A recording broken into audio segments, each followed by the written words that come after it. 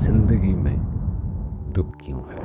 دکھ کو کم کرنے کے لیے استغفار اور توبہ سب سے طاقتور ہتھیار ہیں۔ آپ ذکر کریں، الا بذکر اللہ تطمئن القلوب۔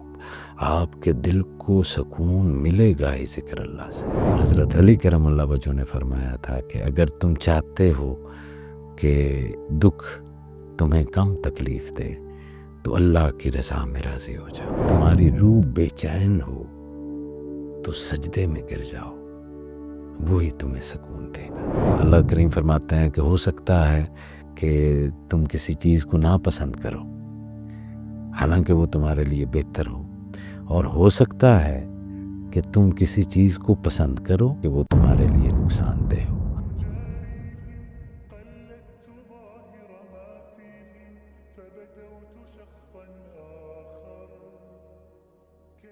صاحبو، ایک سوال جو ہر کسی کے ذہن میں آتا ہے، زندگی میں دکھ کیوں ہے؟ کیا ہر دکھ برا ہوتا ہے؟ کیا یہ ہمیں کمزور بناتا ہے، یا در حقیقت یہ ارتقاء کا ایوولوشن کا ذریعہ ہے؟ اور سب سے اہم سوال، کیا ہم دکھ کو کم کر سکتے ہیں؟ ہم زندگی میں کیوں دکھ جھیلتے ہیں؟ کیا دکھ اللہ کی طرف سے ایک آزمائش ہے، یا یہ ہمارے اعمال کا نتیجہ ہے؟ کیا دکھ ہمیشہ نقصان دہ ہوتا ہے، یا یہ در حقیقت ہمیں روحانی ترقی کی طرف لے جاتا ہے؟ تو صاحبو، دکھ اس وقت پیدا ہوتا ہے جب ہم اپنی انٹینشنز اور اپنی ایکشنز، اپنی نیتوں اور اعمال، اپنی اندرونی اور بیرونی دنیا، اپنی انر ورلڈ اور آؤٹر ورلڈ کے درمیان بیلنس رکھنے میں ناکام ہو جاتے ہیں۔ تو جب یہ ظاہر اور باطن کا توازن رکھنے میں ہم ناکام ہو جاتے ہیں، ہم جیسے یوں سمجھیں کہ ہم توقع کرتے ہیں کہ ہمارے قدم ایک خاص رفتار سے آگے بڑھیں گے، ہم سپیڈ سے آگے جائیں گے، لیکن ہمارے اعضاء میں کمزوری آ جاتی ہے۔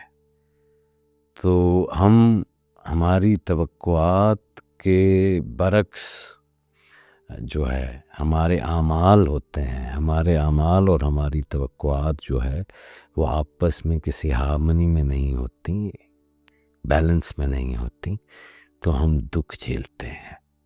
دکھ اس وقت ظاہر ہوتا ہے جب وہ چیزیں جن کی وجہ سے ہم پریشان ہوتے ہیں حقیقت میں تبدیل ہو جاتی ہیں۔ یہ تکلیف کی صورت میں محسوس کیا جا سکتا ہے۔ مثال کے طور پر ایک عزیز دوست کا بچھڑ جانا ہمیں شدید اذیت میں مبتلا کر دیتا ہے۔ ایک رشتہ ختم ہو جائے تو ہم اس کا صدمہ محسوس کرتے ہیں۔ تو دکھ کی اقسام ہوتی ہیں، ایک تو یہ ڈیفائنیبل دکھ ہوتا ہے، اور ایک انڈیفائنیبل دکھ ہوتا ہے۔ ایک واضح دکھ ہوتا ہے اور ایک غیر واضح دکھ ہوتا ہے۔ تو بعض اوقات اس کا سبب جو ہے، جو ڈیفائنیبل دکھ ہیں، وہ بالکل ہی سامنے ہوتا ہے، جیسے بھوک ہے، غربت ہے، یا جسمانی تکالیف۔ تو ان دکھوں کو سمجھنا اور ان کا علاج کرنا نسبتاً آسان ہوتا ہے، لیکن وہ جو انڈیفائنیبل دکھ ہیں نا، جو ذہنی اور روحانی سطح پر محسوس ہوتے ہیں، جیسے بے چینی ہے، خوف ہے، انسیکیورٹی ہے، کوئی ایک انر کیوس ہے، باطنی سا انتشار ہے، تو یہ زیادہ کمپلیکس ہوتے ہیں، یہ پیچیدہ ہوتے ہیں، ناقابل وضاحت ہوتے ہیں، اور یہ والے جو دکھ ہیں یہ زیادہ تر ذاتی نوعیت کے ہوتے ہیں، اور دوسرے لوگ انہیں آسانی سے سمجھ بھی نہیں سکتے۔ اسی لیے آپ ایک سرٹن سی تنہائی بھی محسوس کرتے ہیں کہ آپ کا کوئی دکھ نہیں سمجھ رہا۔ لیکن اس سے بھی بڑا ایک جہالت کا دکھ ہے۔ تو جہالت دکھ کا میں سمجھتا ہوں کہ سب سے بڑا سبب ہے۔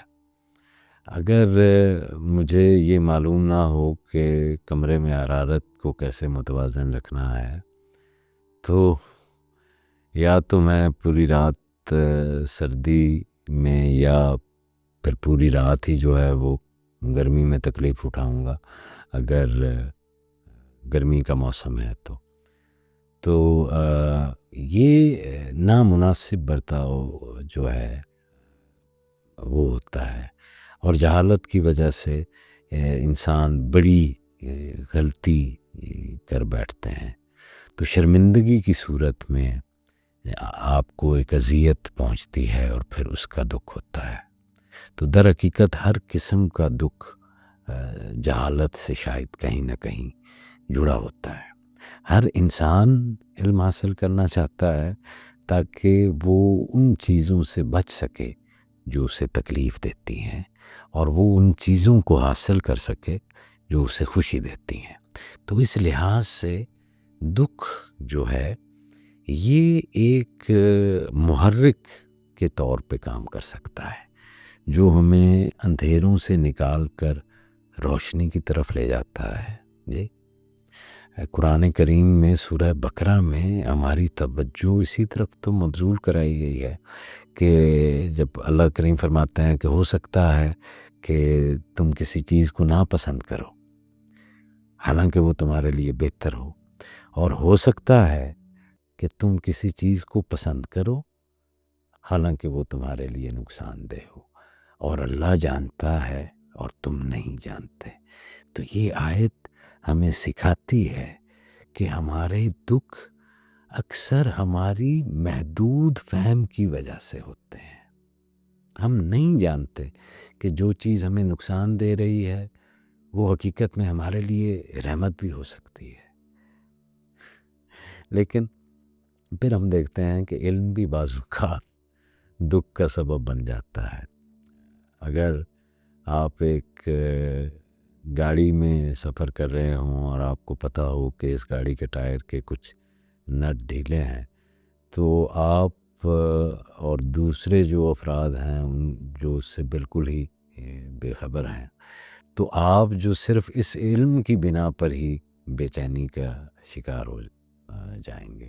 ہو سکتا ہے کہ کوئی بھی حادثہ نہ ہو مگر پھر بھی اس خوف میں مبتلا رہیں گے، جبکہ دوسرے مسافر جو ہے وہ شاید اس دکھ سے آزاد ہوں۔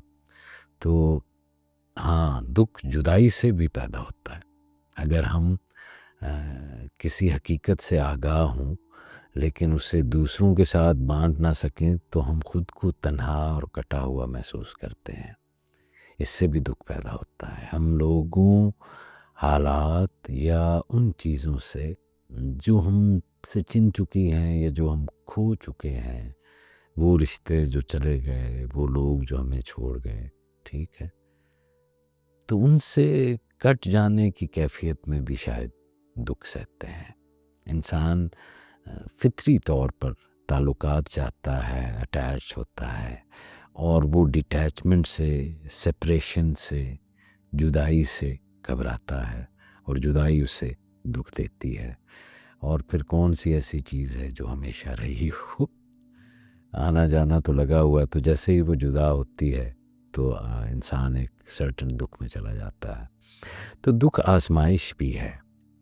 اسلامی تعلیمات کے مطابق دکھ اللہ کی طرف سے ایک آزمائش بھی ہو سکتی ہے جو ہمیں صبر، تقوی اور توکل، اللہ پر بھروسہ سکھانے کے لیے شاید دی جاتی ہے۔ تو قرآن کریم میں اللہ سعید نے فرمایا نہیں کہ ہم ضرور تمہیں آزمائیں گے، خوف، بھوک، مال و جان اور پھلوں کے نقصان سے، اور صبر کرنے والوں کو خوشخبری دے دو۔ تو گناہ اور دکھ کا بھی ایک تعلق ہوتا ہے۔ بعض اوقات دکھ ہمارے پچھتاووں کی صورت میں بھی ہوتے ہیں، بعض اوقات دکھ ہمارے گناہوں کا نتیجہ بھی ہو سکتے ہیں۔ جب انسان اللہ کے احکام سے روگردانی کرتا ہے تو وہ روحانی، ذہنی اور جسمانی پریشانیوں میں مبتلا ہو جاتا ہے، ٹھیک ہے، تو وہ بھی دکھ کی صورت میں آتا ہے. تو سورہ شورى میں جیسے اللہ صاحب نے فرمایا نا کہ جو بھی مصیبت تم پر آتی ہے وہ تمہارے اپنے ہاتھوں کے کیے ہوئے اعمال کی وجہ سے ہے، اور اللہ بہت سے گناہوں کو معاف بھی کر دیتا ہے. جی تو یہ دکھ ہماری طرف بعض اوقات ہمارے اپنے کیے ہوئے اعمال کی وجہ سے بھی آتی ہیں. تو یہ جو آیت کریمہ ہے سورہ شورى کی، یہ آیت ہمیں خود احتسابی کی تو دعوت دیتی ہے کہ اگر ہمیں دکھ پہنچ رہا ہے تو ہمیں اپنے اعمال کا جائزہ لینا چاہیے اور اللہ سے رجوع کرنا چاہیے، تبھی ہم اس دکھ سے نکل آئیں گے. تو صاحبو، دکھ ہمیں بتاتا ہے کہ ہم اپنے راستے سے بھٹک گئے.